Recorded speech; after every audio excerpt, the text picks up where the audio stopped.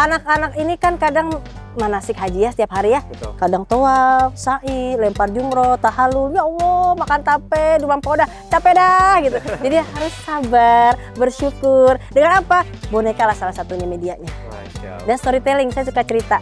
Jadi kalau cerita tuh kayaknya lebih masuk aja tuh ke anak-anak.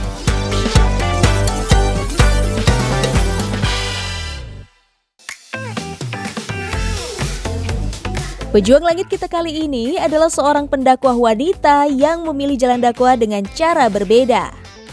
Bukan dengan suara keras, tapi dengan kelembutan dan sebuah boneka. Jangan sampai nanti kita berbicara tapi tidak sesuai. Iya, na'udzubillah min dzalik. Di tangannya, boneka bukan hanya sekedar mainan, melainkan jembatan pesan langit untuk hati yang masih polos dan tulus. Kenapa bisa iblis ya? Bukannya iblis. Sosok ini membuktikan bahwa dakwah bisa disampaikan dengan senyum, dengan cinta, dan dengan cara yang membahagiakan. Inilah Ustazah Lulu Susanti. Siapa yang cinta Rasulullah? Saya. Siapa yang sayang Rasulullah? Saya. Nah, ibu semuanya, juga ayah semuanya ingin tahu bagaimana cara Rasulullah mendidik. Ina pengen tahu nggak? Iya, Ina pengen tahu. Dari tadi Ina manggap mulu. Hah. Oh iya. Yang pertama, Rasulullah mendidik dengan kasih sayang.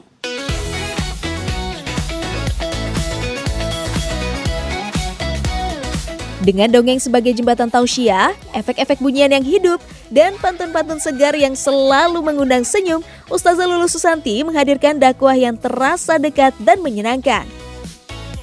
Tak heran kalau ceramahnya dicintai semua kalangan, mulai dari para lansia, para ibu, sampai anak-anak yang betah berlama-lama mendengarkan tanpa merasa digurui.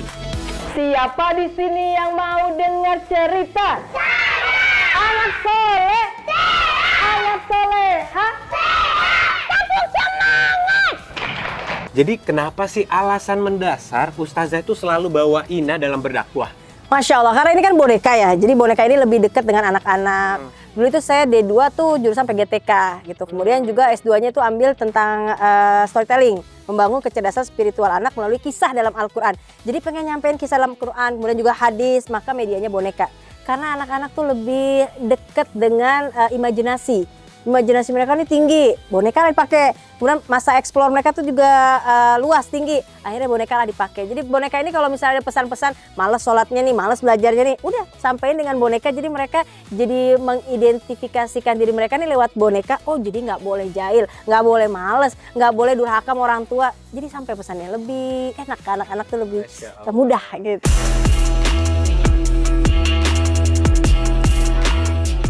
Nggak mudah ya pejuang langit, perjuangan Ustazah Lulu meraih mimpinya. Namun semua kesulitan dan ujian itu akhirnya berbuah manis dan keberkahannya bisa dirasakan banyak orang. Salah satunya Lembaga Fahmul Quran. Alhamdulillah Kak, ini Fahmil Quran Yayasan. Masya Allah ya. Fahmil itu artinya faham. Oke. Al-Quran ya Al-Quran. Jadi Paham paham Al-Quran, Quran agar mudah Masya bisa diamalkan. Nah, Allah. Ustazah, Ya. jadi awal mula Ustazah kepikiran untuk Iya. membangun Fahmil Quran ini dari mana Ustazah? Karena memang kita pasti akan wafat ya Kak ya. Ya. Makanya ini dibangun untuk apa? Untuk jadi amal jariah. Dan dari dakwah semuanya Kak. Jadi saya juga Ini suka hasil dakwah semuanya? hasil dakwah. Masya Dakwah Allah. on air, off air. Kan kita kan juga akan minta pertanggungjawaban ya Kak ya. Benar. Jadi ya udah bismillah, pelan-pelan gitu. Udah jadilah ini. Dan juga ada buku juga Kak. Saya juga suka nulis. Ya, nulis buku, akhirnya bukunya itu bisa dijual online. Kemudian juga off air ketika kita dakwah. Itu manfaatnya buat ini. Sekolah dengan luas 822 meter persegi ini memiliki total 5 gedung. Dan setiap gedung memiliki nama-nama yang unik.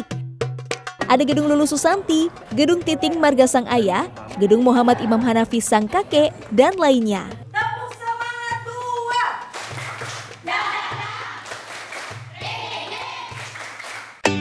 Ia berharap lembaga ini akan menjadi amal yang terus mengalirkan pahala sampai ke liang kubur.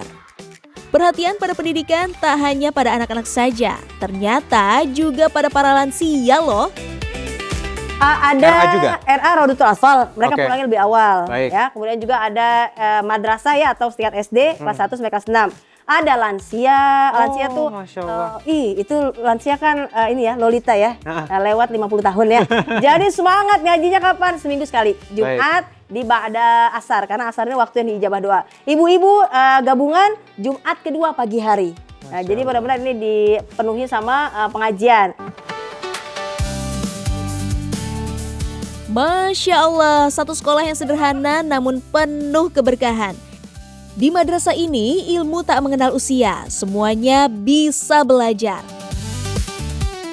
Pejuang Langit, kegiatan pesantren lansia Ustazah Lulu hadirkan sebagai wujud bakti seorang anak kepada orang tua. Orang tua dipeluk dengan ilmu, anak dimuliakan dengan niat baik. Dan begitulah Sekolah Famil Quran menebarkan keberkahan. Bukan hanya untuk Ustazah Lulu, tapi untuk siapapun yang datang dan ingin didekatkan kepada Al-Quran. Ini jadi sedekah jariah, baik itu dari untuk saya, terus juga untuk kita semuanya ya, yang memang mereka kan ada juga, artinya mereka bersedekah itu artinya apa? Mereka kadang suka bersedekah setiap hari, kemudian kita jadikan layaknya taman, itu Masya Allah. Dan juga ilmu yang tafa'ubihi, ilmu yang manfaat. Setiap hari ini kita murojaah hafalan Quran. Bahkan ada naik level untuk menghafal Quran itu 11 kali kita. Bahasa Arab, bahasa Inggris juga. Ini kan ilmu manfaat semuanya. Dan awal ini solihin ya pula anak soleh yang mendoakan orang tuanya. Nanti kalau wafat, 3 ini mengalir. Pejuang Langit, siapa sangka di balik suaranya yang lembut dan dongeng yang menenangkan, Ustazah Lulu justru akrab dengan olahraga yang keras dan menantang. Tinju, airsoft gun, battle rope, aktivitas yang identik dengan tenaga dan adrenalin. Masya Allah. Dari gerakan yang menguras tenaga itulah ia belajar mengendalikan hati. Tubuhnya ditempa dengan keras agar jiwanya tetap lembut saat menyampaikan dakwah. Ada mangga ngajuti kali, gagah sekali.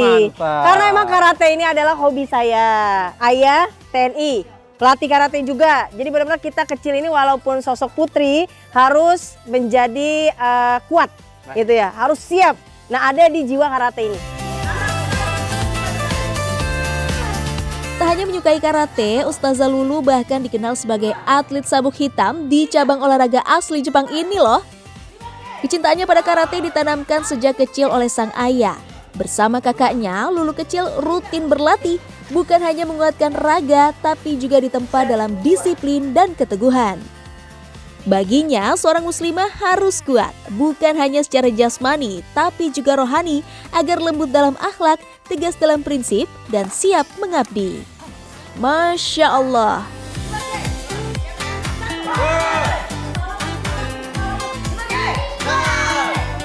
Tapi ada nggak ini korelasinya dengan kekuatan tubuh kita dalam menjalankan ibadah?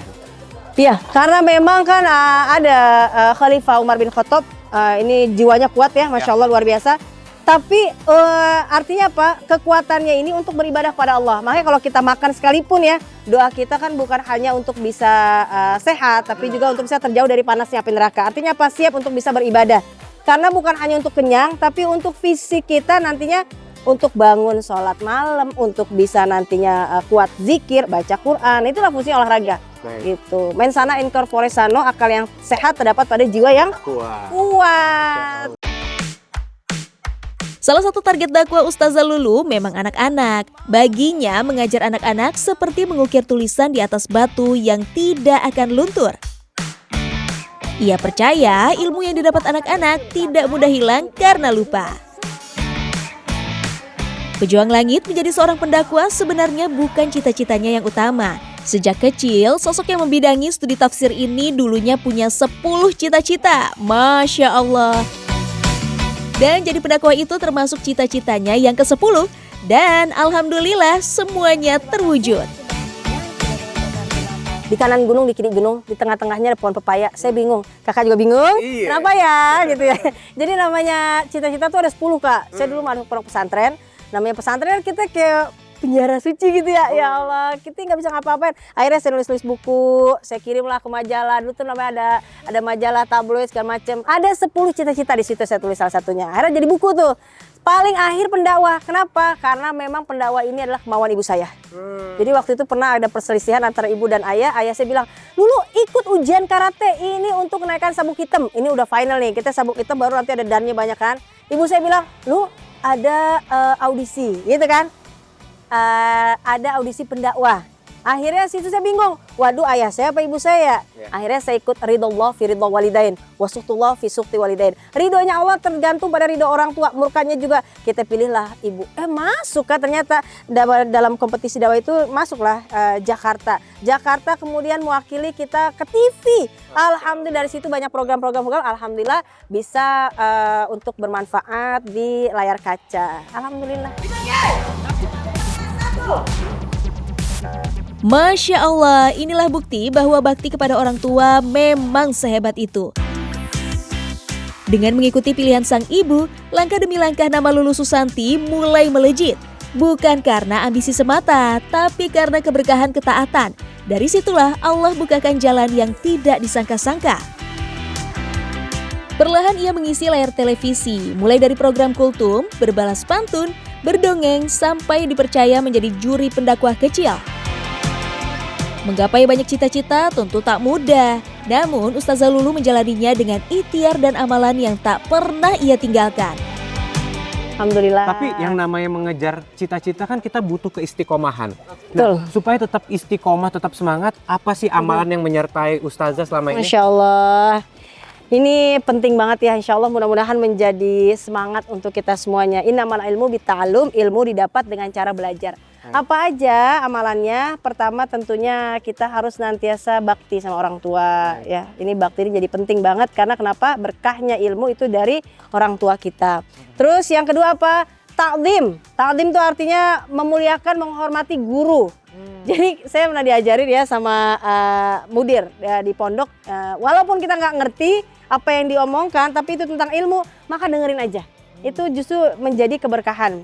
Terus apalagi amalannya, jangan lupa nggak hanya sebatas kita untuk bisa semangat minta doa, tapi juga dijalankan yang namanya amal solehnya, kemudian juga hablum minallahnya, apa tuh? Sholat tahajudnya, sholat hajatnya, bangun qiyamul lail. Terus apa perbanyak zikir ya, karena kenapa? Salah satunya istighfar, zikir itu. Jadi kalau misalnya mohon maaf ya, ketika kita senantiasa bersolawat pun juga itu jadi langkah mudah kita untuk bisa mencapai apa yang kita inginkan.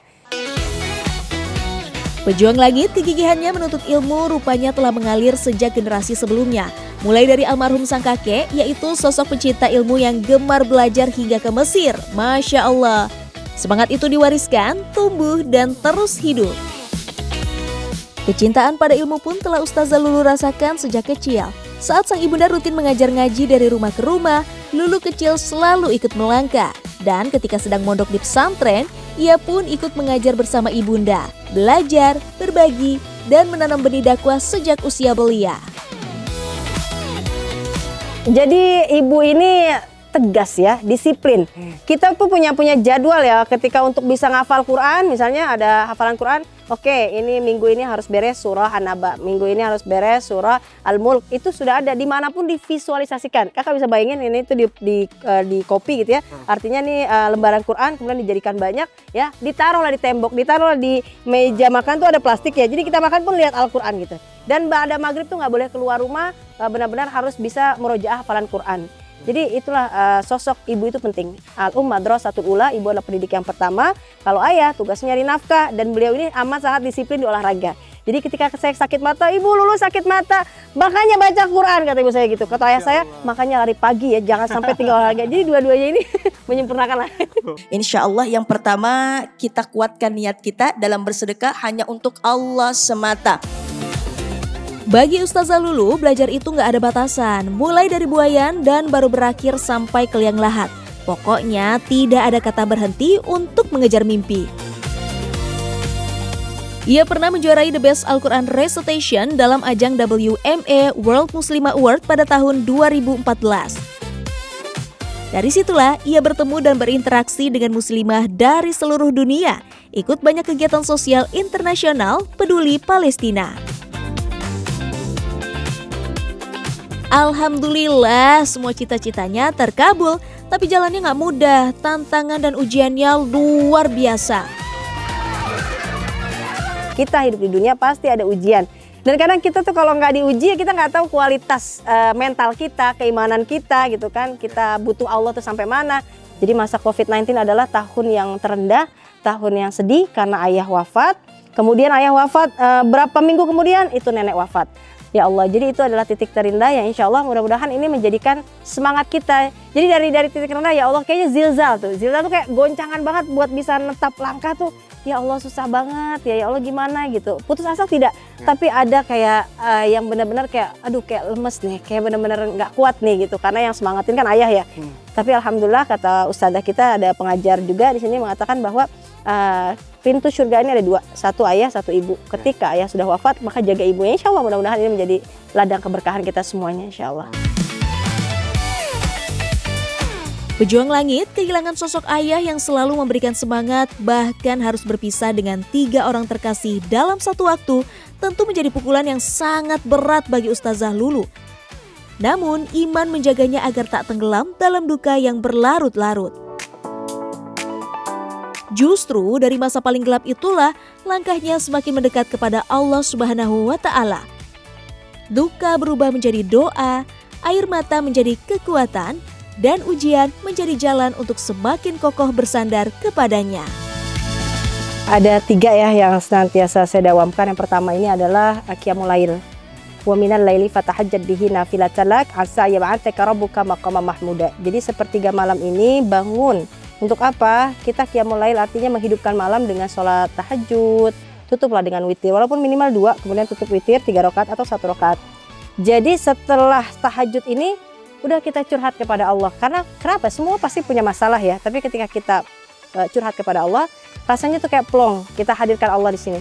Kemudian apa? Yang kedua yakni ada dzikir pagi petang, Kak. Baik. Dzikir pagi petang tuh maksudnya apa? Ada amalannya, Kak. Wah, kalau buka dzikir pagi petang tuh isinya ada sayyidul istighfar. Ya. Ya, jadi sayyidul istighfar ini manfaatnya apa? Ketika kita baca pagi, malamnya kita wafat, tercatatlah sebagai penghuni surga. Terus juga ada doa yang memang banyak gitu, bahwa dari itu muawizatain, qul a'udzu birabbil falaq, qul a'udzu birabbin nas, termasuk juga yang memang ayat kursi itu jadi kekuatan kita banget ya, 2 ini. Kemudian apalagi yang ketiga, insya Allah mudah-mudahan senantiasa perbanyak istighfar.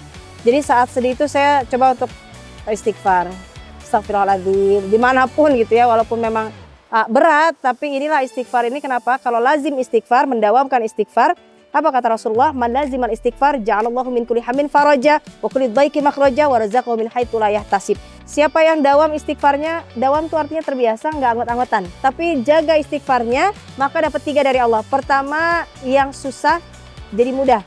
Yang memang hati gundah jadi tenang. Dapat rizki dari jalan yang nggak disangka-sangka.